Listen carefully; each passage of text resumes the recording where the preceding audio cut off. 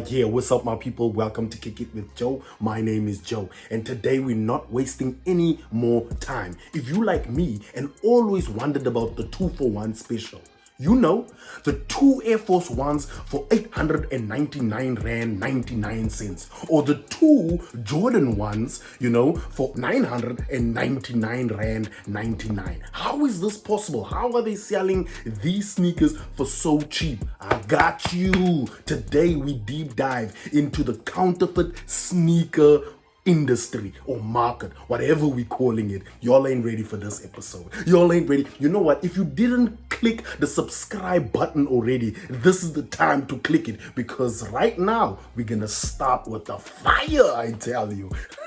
Check this out. If you've bought any sneakers recently, they may not be the real deal. Like Nike. These are not real. It's fine though. Appreciate it. The quantity and quality of counterfeits has never been greater, To me, these things are damn near 1-to-1. with many buyers purposefully choosing the steal I think it's pretty close to a victimless crime. over the real. What did I say? It's gonna be a juicy show today. But before we start, if you're liking this energy and this content I'm bringing to you, make sure to hit that subscribe for me one time, and make sure to follow me on all social media platforms so we cool kids can always stick together and I can bring you this juicy content daily. Come on, holla at your boy. Tallulah is not making or selling sneakers. Her job is to sniff out the fakes. The smell test is a part of the authentication process that we do. Just smell this one. If there's a strong toxic smell, that would not be a good sign for us. She works in this secret warehouse, specially set up by eBay to stop the endless flow of counterfeit products onto its platform. Everything from handbags and watches to playing cards and shoes. So counterfeit shoes is like a daily occurrence that we see. If a shoe has just released, you know that immediately the people that make fakes are going to be straight on it. So if you don't know, this is called the authentication process. This is basically when a team of experts, sneaker experts, come in together, look at the sneaker and try and see, is this a replica? A replica meaning a fake, or is it original, you know? So then they look at the sneaker and you know they nitty gritty, they go into details and check out, is the sneaker authentic? And this is one of the processes that they do, is the smell test. Everyone knows the smell test. If you smell a fake sneaker or a replica sneaker, or what we call in the sneaker community a rep sneaker, you know that chemical smell. Basically that's from the factory of the fake or replica factory, where they don't take out the smell, and that smell still lingers in the shoe. It's the smell of glue and all the toxins and all the chemicals that they use to put the shoe together. So this is part of the authentication process. But this is tricky, because if this is part of the authentication process, hey, but let's get in. It's still gonna get juicier. There's another 21st century trend, common in legal retail, which is driving the boom in counterfeit sneakers, the resale market. In America alone, it is worth an estimated $2 billion a year. At the top end, investors are trading in rare, authentic sneakers, which are sold on for profits. Well, now you can walk a mile in Kanye West shoes. The first pair of Yeezys he ever wore are going up for auction. This pair, designed and worn by Kanye West, set a new auction record by selling for $1.8 million. People are investing in high-value sneakers. They want something that they can put on the shelf and maybe flip as the value goes up. Yep.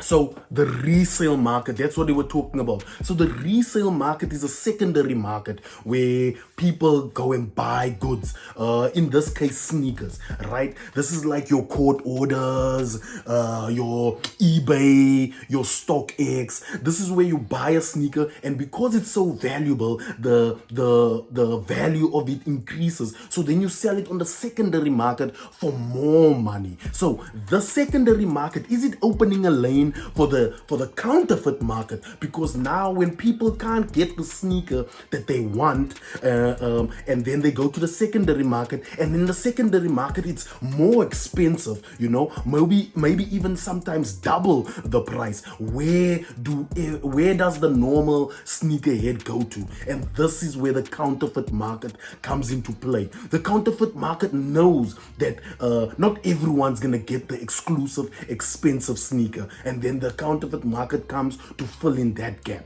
What do you think about that? It's a bit like fine wine or an art collection. This is a new version of items that people have a great deal of value in. Brands like Nike deliberately restrict supply on certain lines to build hype and demand. This demand for rare and authentic products has created a demand for high-quality fakes. Consumers are prepared to pay good money for good fakes. So recently we've been seeing a lot of counterfeits that they're getting a lot of the good details of the shoe.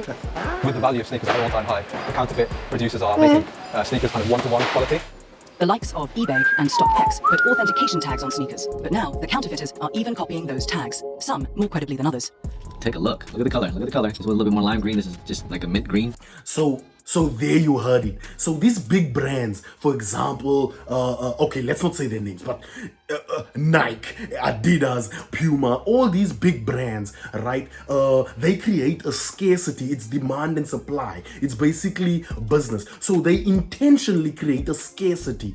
Scarcity meaning they intentionally don't make enough sneakers for everyone, right? They know they're only making 10,000 of the sneakers, automatically making it an exclusive sneaker and also very rare, right? So this is where the hype, like I said, this is where the counterfeit market is beating the big brands, because they know this trick. They know Nike's not gonna make for all of us Air Force Ones. They're only making for a specific a number of people Air Force Ones. So what do we do now?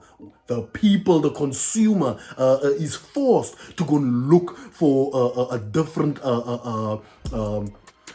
supplier, basically, which is the counterfeit supplier, right? And then they also spoke about something very important here in this video, which I want to touch on. It's that good fakes, you know. Good fakes is a real thing in the industry. If you don't know, my sister, if you don't know, good fakes is not like in the 2000s, you know, when I was coming up in the sneaker culture, fakes was easily spotted. Now these days, you can't even spot the fake. You need to get a whole team of sneaker experts just to say, this is a fake. No, this is the real one. This is the real one. What is that telling us? What is that telling us? I'll leave it open up to interpretation. But if a whole team is coming in just to come observe and put the sneaker under a microscope to see what is it real or fake, that should already tell us that the fake levels are on the level of the original, or on the level of the retail meaning the original, the one that got released by Nike or Adidas or Puma, whichever sneaker brand it is. And then they also mentioned something about 1 for 1, 1 to 1, you right? 1 to 1 means that the authenticator, the people that looking at the sneakers, can tell that, this is exactly the same. It's a 1 to 1. They can't tell the difference. That's scary. That's scary, my people. We're living in scary times. To me, these things are damn near 1-to-1. I mean, in my opinion, ones they have nailed. Some of these influencers have millions of followers, and their videos have had millions of hits. They feed hungry consumers details about the varying quality and costs of counterfeits on offer. They do look like a really nice shoe, even the fake ones. I can go online and buy a pair like this, close to the real thing. I might get them now, this is a little advertising for the real deal. We have some horribly fake ones like these. Some argue these connoisseurs of counterfeit are performing a much-needed service for consumers. Replicas, or reps as they are known, are often simply more affordable for buyers. Somebody should pay $1,000 for a shoe that's supposed to be from Nike and get it from somewhere else. I don't think that's right. But if you're buying reps wear them because you can't afford it or you don't want to spend that kind of money, that doesn't bother me.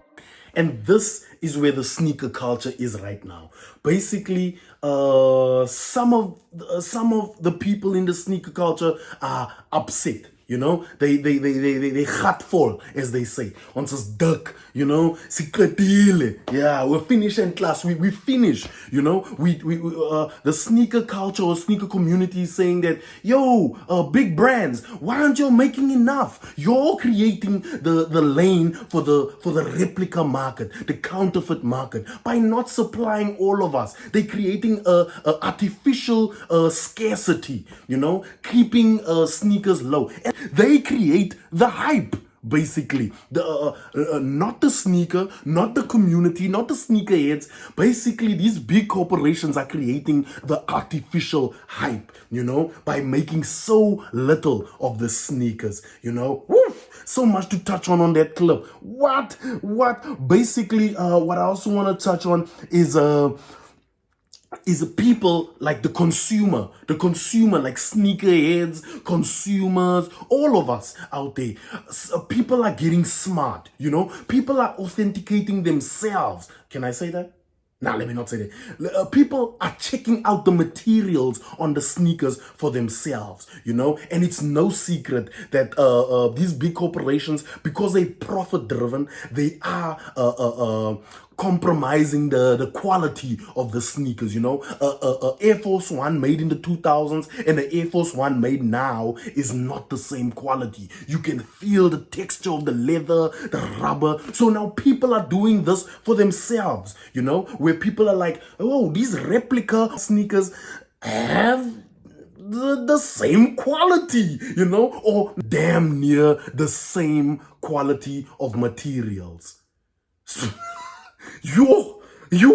What are we gonna do? What are we gonna do? What are we? Oh, my people.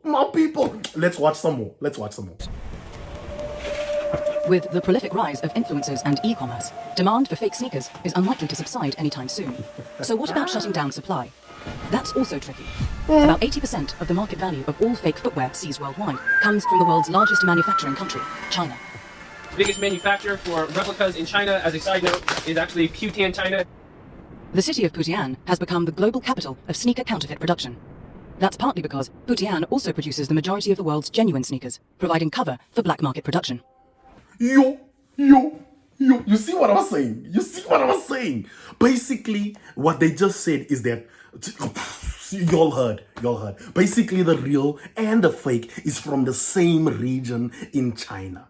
Right? The same province, you know, Putian, the same city even, you know, this is where all the factories are. And just like the documentary or the video says, is that the counterfeiters are hiding with the originals, you know. So that's why it's so hard to get the counterfeit creators, you know, the fake sneaker makers and stuff, because they basically under the shadow or under the umbrella of the real sneaker makers. You know, let's not stay too long. Illegal production has become more closely intertwined with legal production, often within the same factory. Private detective Ted Cavaras has witnessed this firsthand when filming undercover footage in factories. It's kind of the urban landscape that you would expect in China. You drive factory here, factory here, factory here, factory here. It's also doing like air Jordan. How many machines do you have? About 500. In China, counterfeits spawn copies of counterfeits. This is the original. So they took apart the sample, right?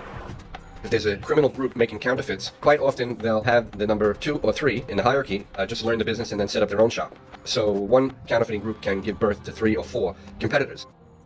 Although counterfeiters... Did that guy just say it? Did that guy just say it right now? I know you all heard that. If you didn't hear that, rewind what that guy just said. That guy, basically, there was a rumor in the sneaker community for years already, you know, concerning this. The replicas, you know, and we're talking about the good level, because there's levels to replicas or fakes, right? So are the good fakes created in the same factory with the originals? This has been a long debate in the sneaker culture or the sneaker community. Are the real sneakers made in the same factory as the fake ones? Now rewind what he said. I ain't gonna say it. I didn't know they're gonna come so hard in this documentary. Pause, no Diddy. But yo, what's your my people? Tell me what you think about this video right here. The full video is in the description as well, so you can check that out for yourself. You can do a little deep dive for yourself. My people, peace. I'm out. One.